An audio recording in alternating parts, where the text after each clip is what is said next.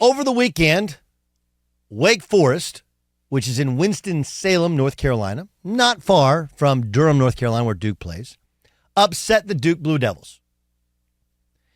As the clock went to zeros, slightly before it was zeros, the Demon Deacon student section rushed the floor.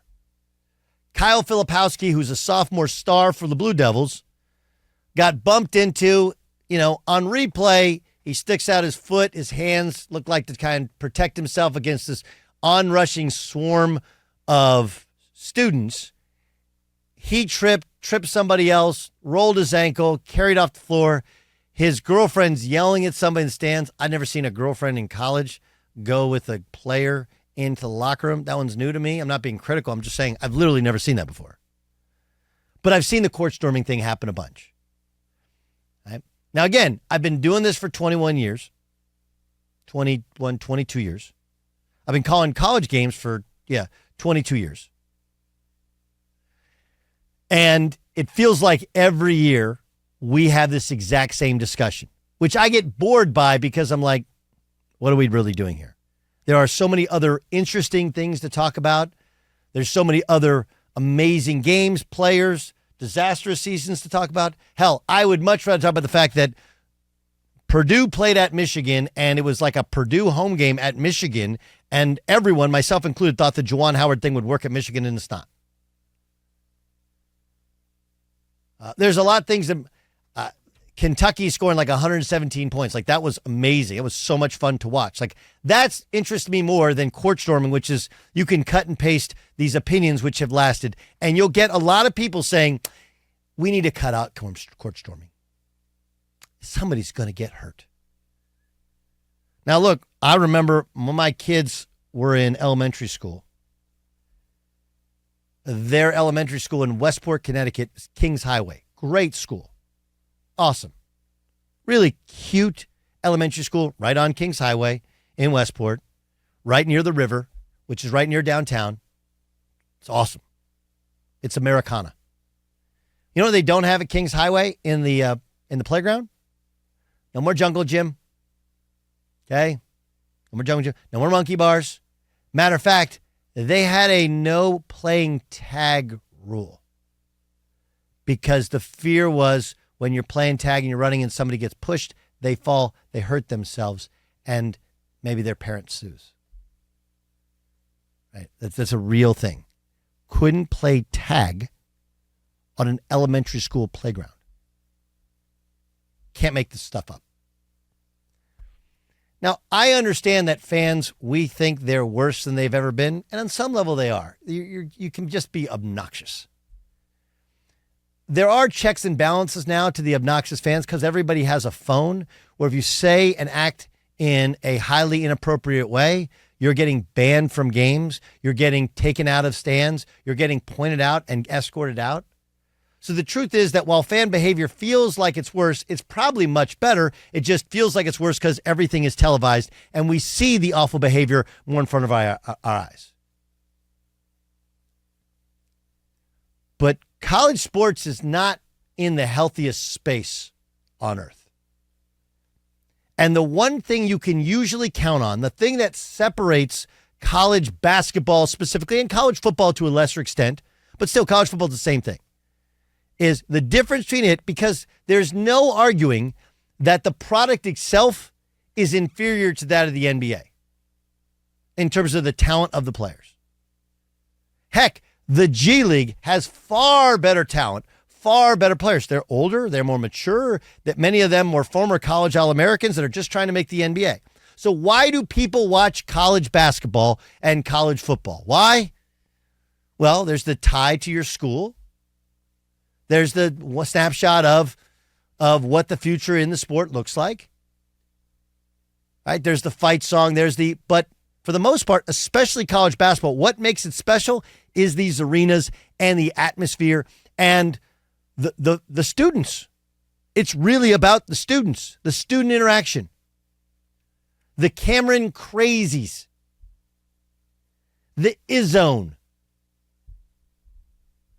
all these different student groups which have copied one another and made it so that it's really hard to win on the road. And when you do win at home, it's a celebratory event. So every year we have this, do you get rid of court stormings? No!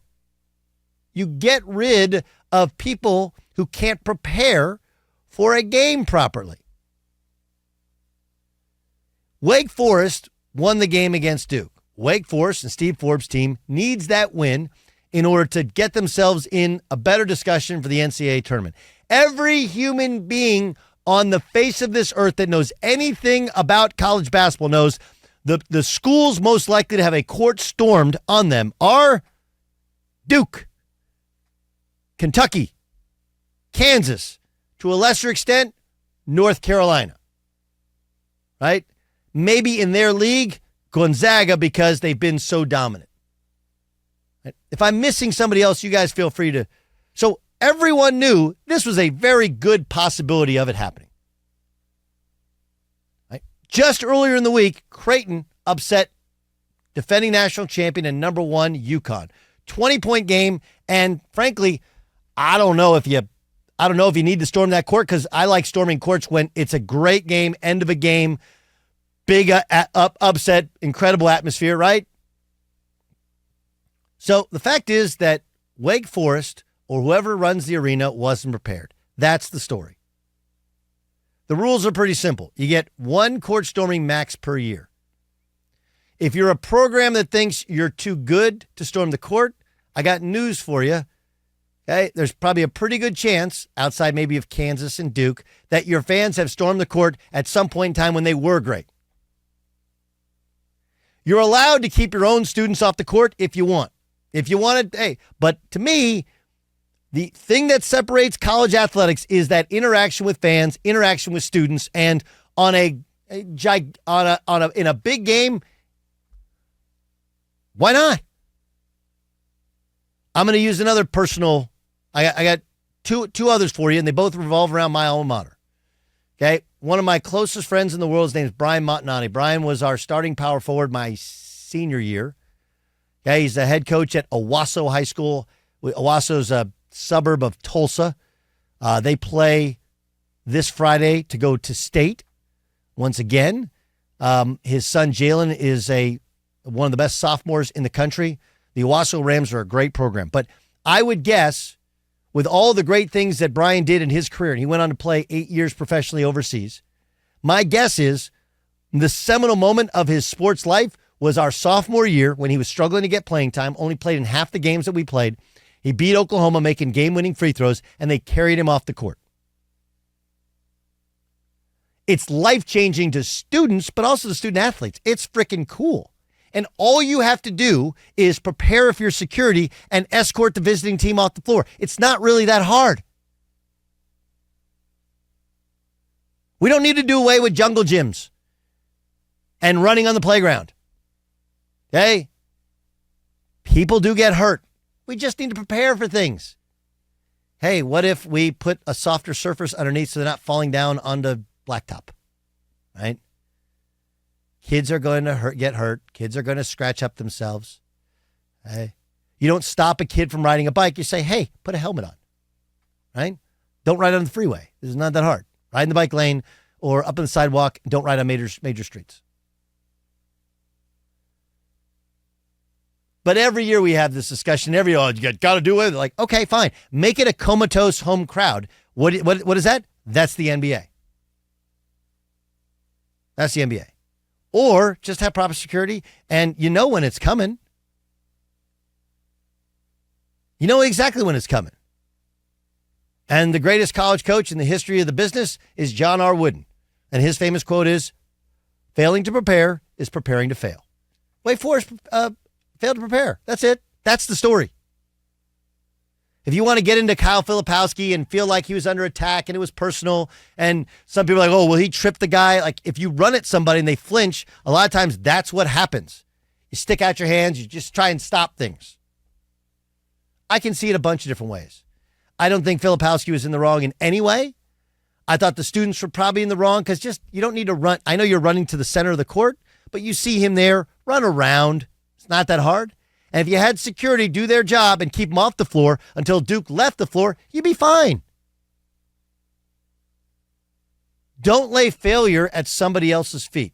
The people that failed were the security. They failed to prepare, and failing to prepare is preparing to fail. Doing away with court storming in college athletics, or here's the other one. My daughter visited Oklahoma State. That's my alma mater. She was on a recruiting visit for equestrian. They beat Oklahoma in the last Bedlam game ever. Okay? And they stormed the field. And she calls me and FaceTimes me crying and says, I'm home. This is where I want to go to school. So to me, it's a no-brainer. You just prepare. You don't do away with a great celebration of a university, a celebration of a sports achievement. Now, again, there's a balance there. You can't storm the court all the time. You get like one a year. The home team or home security has to prepare for it. You got to let them out the court.